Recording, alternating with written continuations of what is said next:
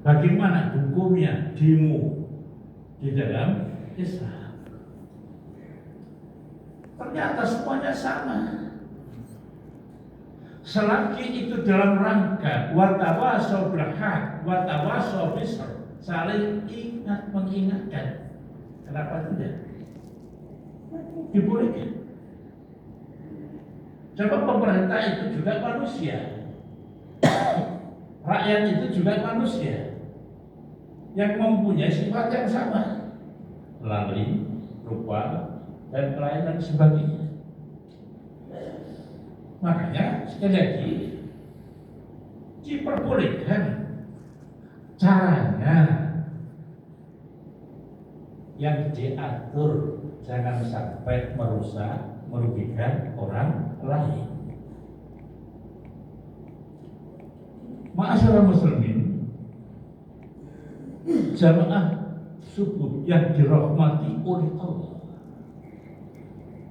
Dalam perjalanan sebuah negara yang namanya demo, entah itu motivasi tujuannya apa, kurang puas dan lain sebagainya, itu ciri secara umum manusia itu biasanya tidak puas, selalu kurang.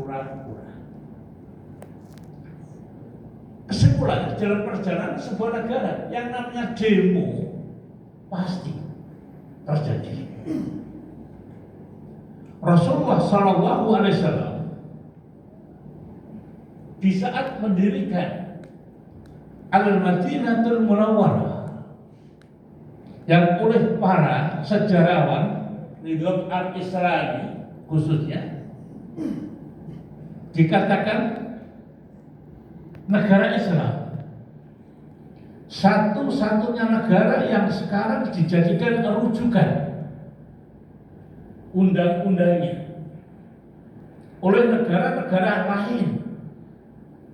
Kalau menginginkan tatanan negaranya itu aman tentram, mencapai baldatun thayyibatun wa rabbun ghafur. Apapun aturan yang mereka keluarkan, jujur, ternyata isinya mereka mengadopsi kepada aturan-aturan yang dibuat oleh Rasulullah Shallallahu Alaihi Wasallam berdasarkan Al-Quranul Karim. Walaupun mereka tidak mengakui, jujur. Sebab apa? Tidak ada ceritanya sebuah negara yang istilah saya asalnya rakyatnya lebih buas dari binatang buas, menjelma satu strek sedikit di bawah malaikat, kecuali Al-Madinatul Munawwarah, negara Islam. Itu jujur diakui 22 lebih sedikit bulannya, 22 tahun lebih sedikit, mampu menciptakan ketentraman dan dinikmati baik oleh orang Islam maupun oleh orang-orang yang Islam. Itu luar biasa. Sekarang mana kita lihat sebuah negara yang mereka agungkan dengan aturan buatan manusia, yang menciptakan aturan seperti itu. Rakyat yang beragama lain merasa hidup tentram di kawasan negara yang mayoritas penduduk Muslim. Sementara kalau kita saksikan nasib saudara-saudara kita yang minoritas kurang menjadi anggota, menjadi rakyat yang mayoritas negaranya beragama lain, hidupnya kan tarung-tarung. Al-Madinatul Munawwarah juga begitu pernah mengalami tindakan-tindakan anarkis dan lain-lain sebagainya. Sewaktu Rasulullah Shallallahu Alaihi Wasallam berada di Madinah, padahal waktu itu sudah ada perjanjian dibikin dan mereka setuju, orang-orang selain Islam, yang namanya aturannya perjanjian itu dinamakan Piagam Madinah.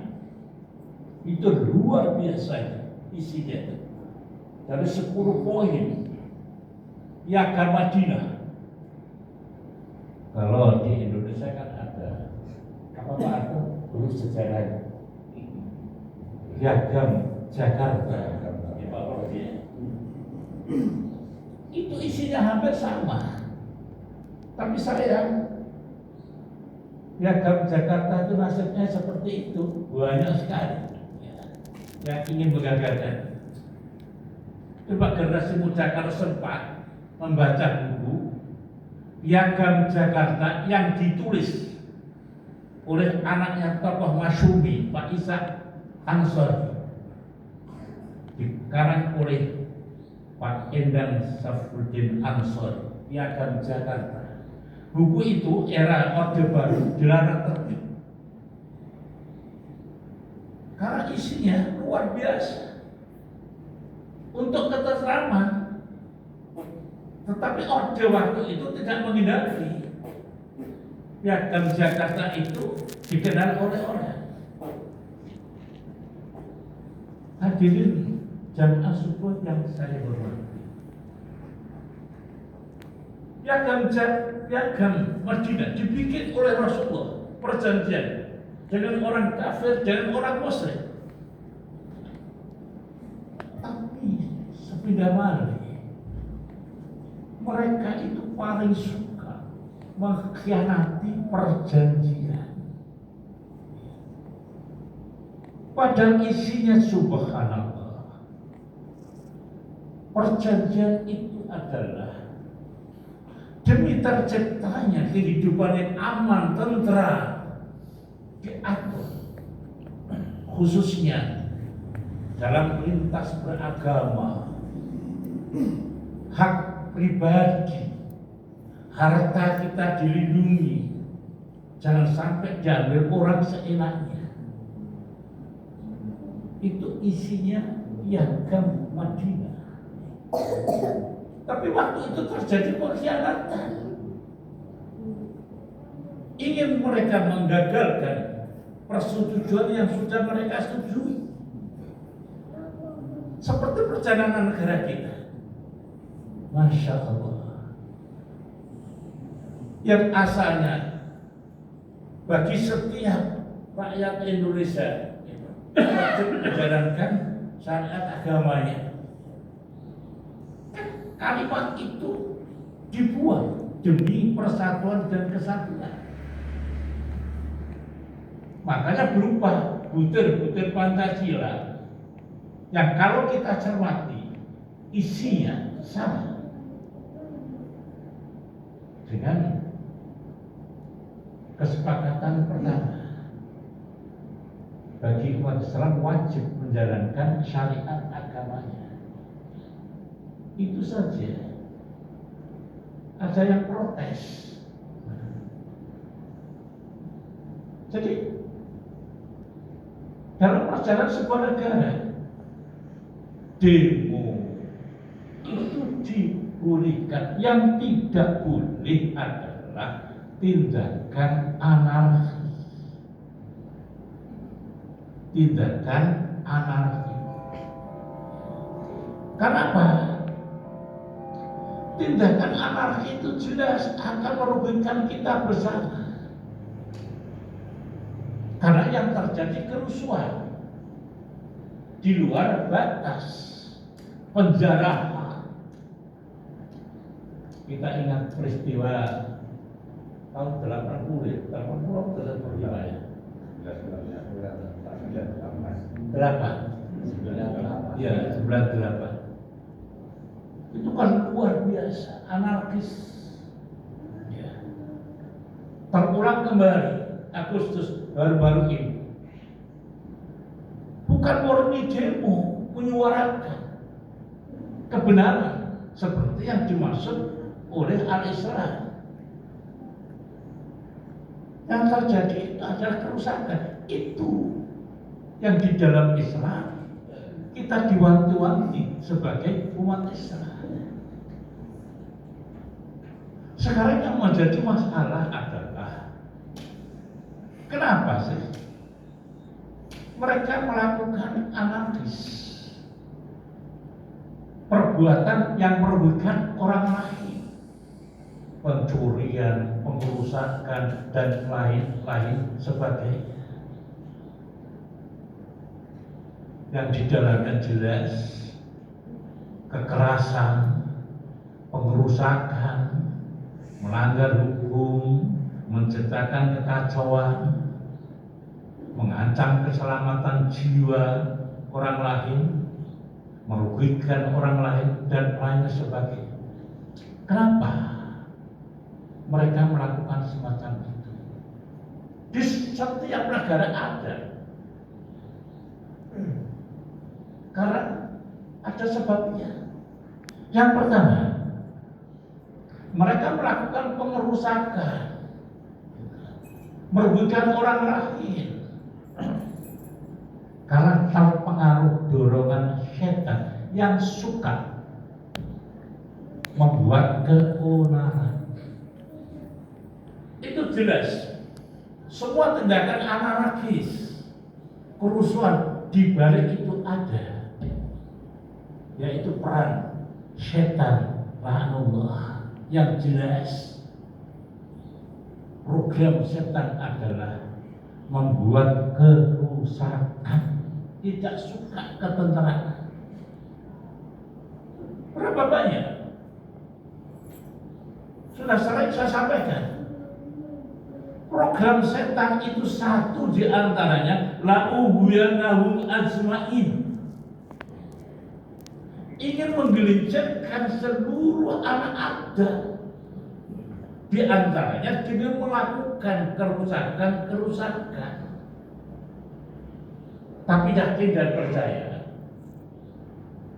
selagi orang itu mempunyai iman, tidak akan bisa dibujuk untuk ikut membuat kerusakan di bumi Allah. Karena tugas khalifah, tugas manusia itu wa ansha'akum minal ardi wa ta'marakum fiha, menciptakan ketentraman, menciptakan kedamaian. Jadi sekali lagi, di balik itu pasti nafsu, karena didorong oleh setan. Oleh sebab itu, kaum muslimin yang saya hormati, orang Islam itu dihimbau oleh Allah Subhanahu wa ta'ala dengan panggilan ya ayyuhalladzina amanu. Orang apa itu? Pengakuan yang paling kelima, ya ayyuhalladzina amanu udkhulu fis-silmi kafah. Masuklah dalam tatanan Islam secara keseluruhannya. Yang terakhir, wala tattabi'u khutuwatis syaitan. Jangan pernah kita coba-coba apapun perbedaannya, kita akhirnya mengikuti taktik planning, rencana jahat setan. Maka anarkis, innahu lakum aduwwun, setan itu selalu mengajak kepada kita karena dia ada musuh yang nyata.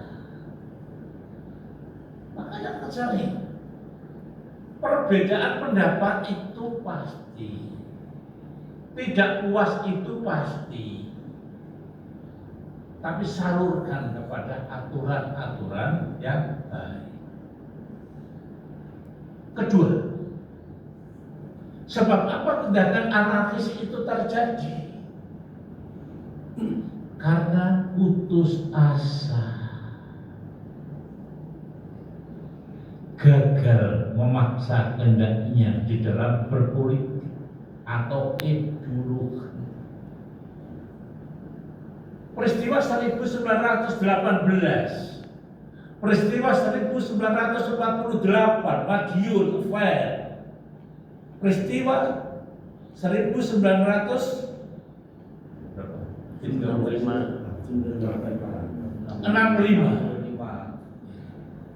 itu semuanya adalah karena mereka putus asa, gagal untuk menyuarakan ideologinya, politiknya yang bertentangan dengan posisi, sehingga mereka melakukan anarkis, mereka melakukan makar.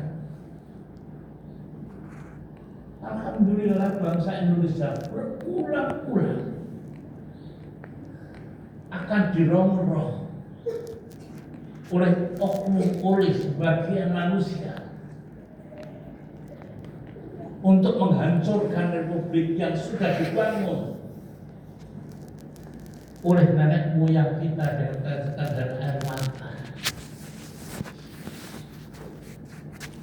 Itu semuanya karena mereka tidak puas, ingin memaksakan kehendaknya di luar aturan yang sudah disetujui oleh mayoritas bangsa Indonesia.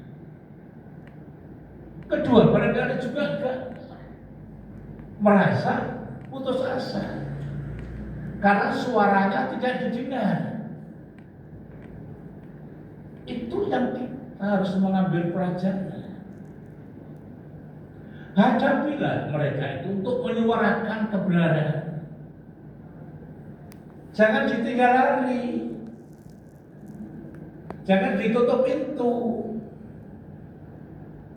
Itu malah mereka menjadi tidak puas, beringas.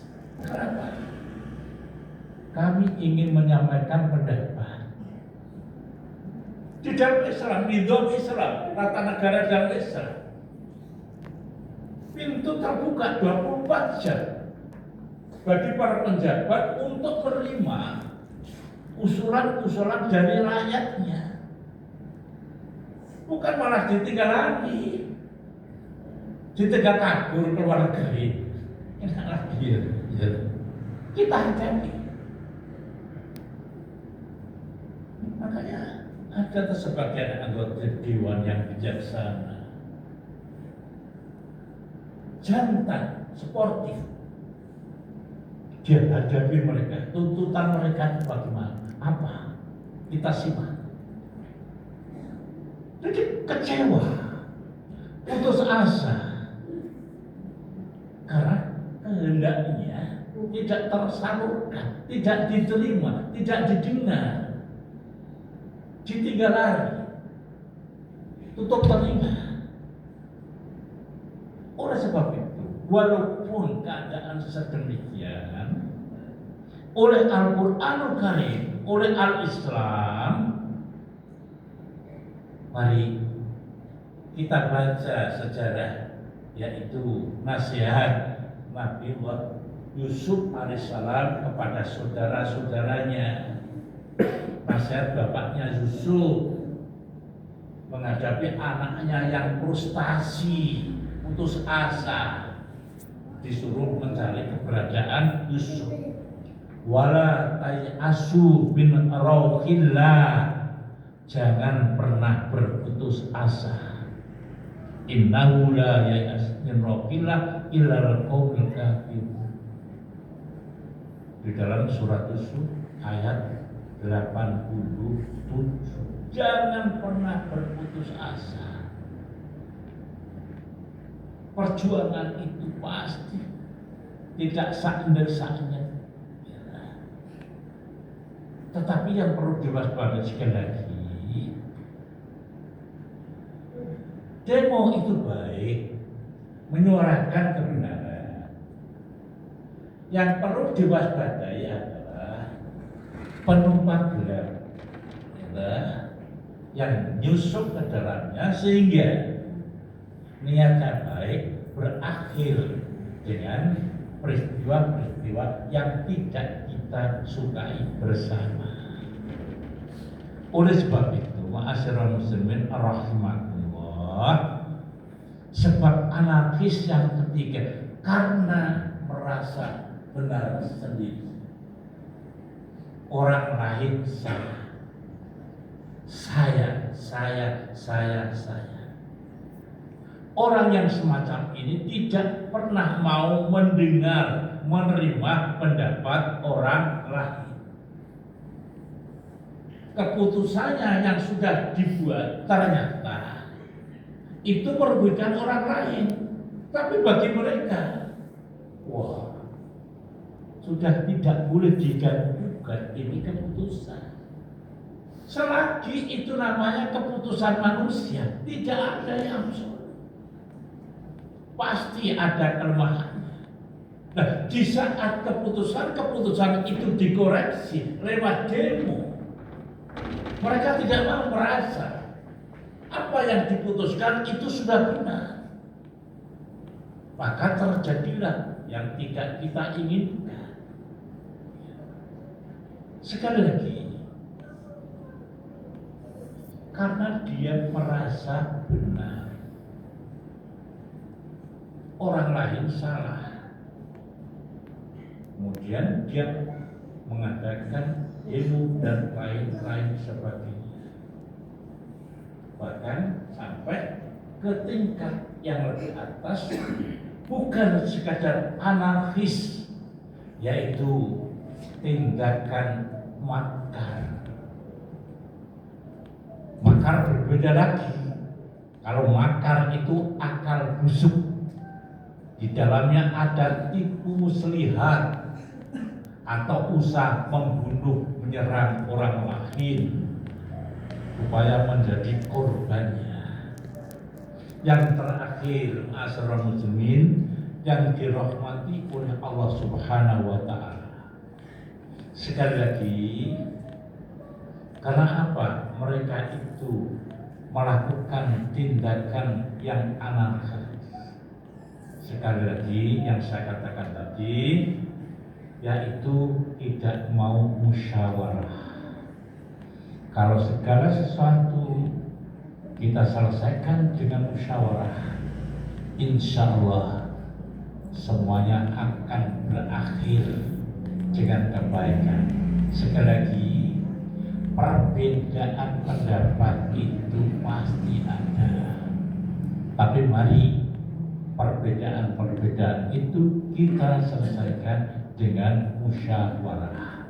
Insya Allah dengan musyawarah semuanya akan hasilnya diridhoi oleh Allah Subhanahu wa taala.